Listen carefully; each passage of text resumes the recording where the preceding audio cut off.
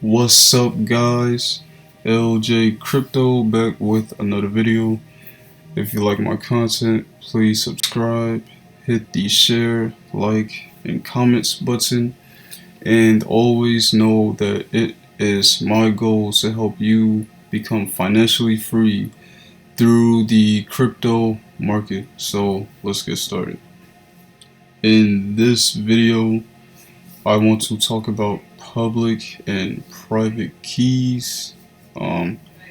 This pertains to the accounts you use on an exchange such as Binance and Coinbase, and this is something that you'll use on a cold wallet. So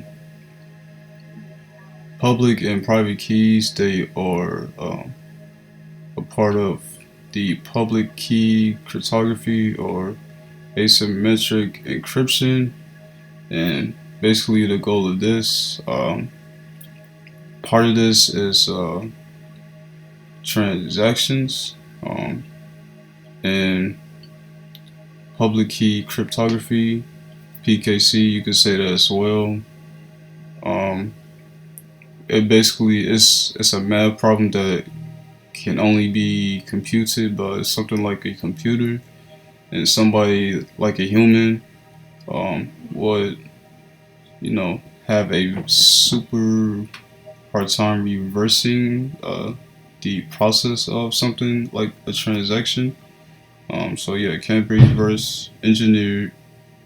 Um, and the goal of public and private keys is to prove that every time there's a transaction, it has been signed or first reviewed by the owner, such as yourself, and to show that there is no malicious activity when this does occur. When it comes to public and private keys, not only are they used for a digital signature, but they are also used as a password and an email address. And as you've seen in my previous video, the public key that I use was to be able to receive crypto funds, or for me to send one crypto fund from one exchange to the other. And as it is shown on this picture here, you can use your private key, which is only on a cold wallet. You can only use your private key to receive your public key, but you can never use your public key to receive your private key. And once you lose your private key, it's impossible to get it, and that is why when you receive it, you want to write it down so that you'll never forget it, and that you won't lose all of your funds. So be very careful of that. So here is an example of how a transaction works. So they use Alice here as an example.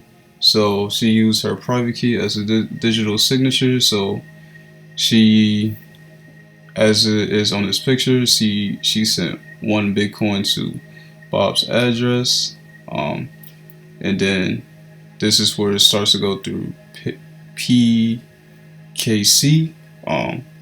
Bitcoin is hash algorithm is built on SHA-256. I talked about in my proof of work video, and then it goes through Bitcoin's blockchain. These computers are nodes, and then Bob decrypts the message with his key. And then after that, Bob now has the BTC that was sent from Alice. When it comes to public and private key, um, private key is something that you own yourself, and the funds within your private key, you are the only person that will view it unless you give your private key to someone else. Um, and public key is something that is known to others besides you. Cold wallets have a private and public key, and exchange accounts have just a public key. So, um, for instance, Binance.us, this would be my public key to receive algo, or you could say algorithm, on my Binance account. But if I were to use something like MetaMask, this is something I'll make a video on soon. So this right here, so if I go to my account details, this right here is my public key, and this is my address that can be used to receive funding. But I also have a private key, and